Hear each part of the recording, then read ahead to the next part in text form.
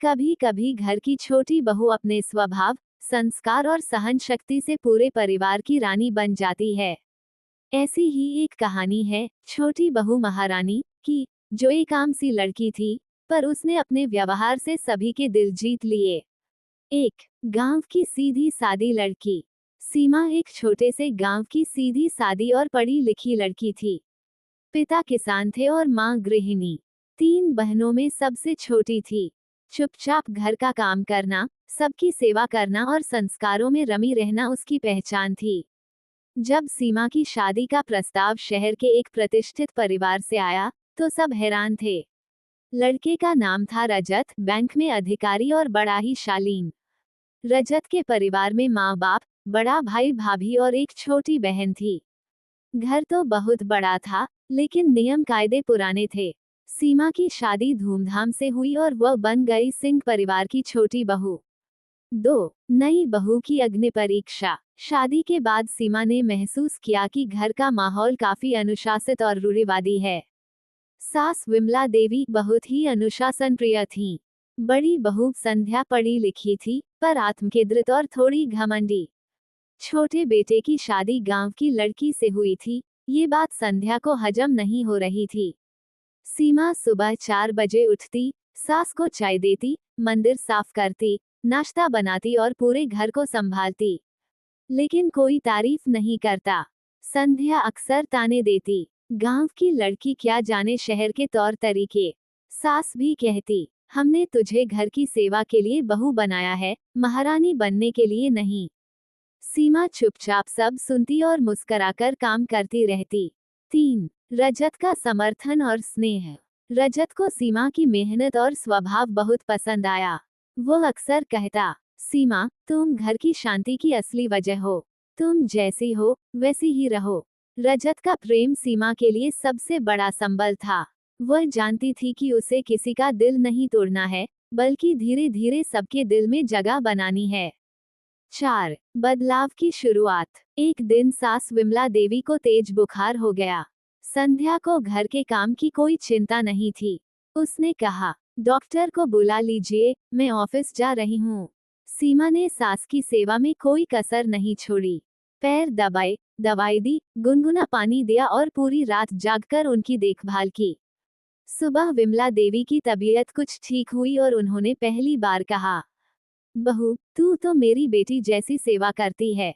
उस दिन पहली बार सीमा की आंखों में संतोष के आंसू थे। 5 नई सोच, नई बहू। घर में धीरे धीरे सबको महसूस होने लगा कि सीमा में एक अनोखा अपनापन है। वो हर काम सलीके से करती, किसी से ऊंची आवाज में बात नहीं करती, बच्चों को पढ़ाती, मंदिर सजाती और मेहमानों का आदर करती। त्योहार आया तो सीमा ने घर की सफाई से लेकर पकवान बनाने तक सब कुछ खुद संभाला। मोहल्ले की औरतों ने सास से कहा, आपकी छोटी बहू तो महारानी जैसी है, सुंदर, सलीकेदार और समझदार। संध्या को ये बात खलने लगी। वह सोचती, मैंने तो इतना दिखावा किया, फिर भी सब उस गांव की लड़की को क्यों पसंद करते हैं। 6 परीक्षा की घड़ी। एक दिन परिवार में बड़ा संकट आ गया। रजत की नौकरी चली गई। संध्या और उसके पति ने साफ कह दिया, हम अब अलग रहेंगे, हमें किसी का बोझ नहीं चाहिए। विमला देवी को गहरा धक्का लगा। उन्होंने कहा, अब तो घर की गाड़ी कैसे चलेगी। सीमा ने रजत से कहा, आप चिंता मत कीजिए, मैं सिलाई कढ़ाई जानती हूँ, हम साथ मिलकर कुछ करेंगे। सीमा ने घर में ही एक छोटा सा सिलाई सेंटर शुरू किया। गांव की लड़कियों को सिखाने लगी, कुछ ऑर्डर मिलने लगे, पैसा आने लगा। धीरे धीरे रजत को भी एक नई नौकरी मिल गई। परिवार फिर से संभल गया। 7 समाज सेवा और सम्मान। सीमा ने अपने सेंटर को बड़ा किया। अब वह गांव की जरूरतमंद लड़कियों को मुफ्त में प्रशिक्षण देने लगी। धीरे धीरे स्थानीय समाचार पत्रों में उसकी तारीफ छपने लगी। एक दिन नगरपालिका की तरफ से श्रेष्ठ महिला उद्यमी का पुरस्कार मिला। घर लौटने पर विमला देवी ने पहली बार सबके सामने कहा, आज मेरी छोटी बहू ही इस घर की असली महारानी है। उसने बिना कुछ कहे सब कुछ संभाल लिया। संध्या शर्मिंदा थी। उसने आकर सीमा से माफी मांगी। मैंने तुम्हें हमेशा कम समझा, लेकिन तुम तो हम सब से कहीं बड़ी हो। सीमा ने मुस्कराकर उसका हाथ पकड़ लिया। घर की एकता में ही सबकी भलाई है दीदी। हम सब साथ हैं, यही सबसे बड़ी बात है। 8 निष्कर्ष। छोटी बहू दिलों की महारानी।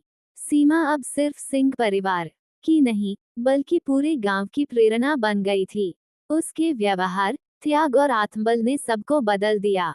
उसने दिखाया कि शक्ति न तो बड़े पद में होती है, न ही पैसे में। असली शक्ति होती है प्यार, सेवा और समझदारी में। वह अब भी उसी सादगी से सुबह उठती, पूजा करती, सेंटर जाती, सास की दवा देती और पति के लिए चाय बनाती। लेकिन अब उसे हर कोई एक ही नाम से बुलाता, छोटी बहू महारानी।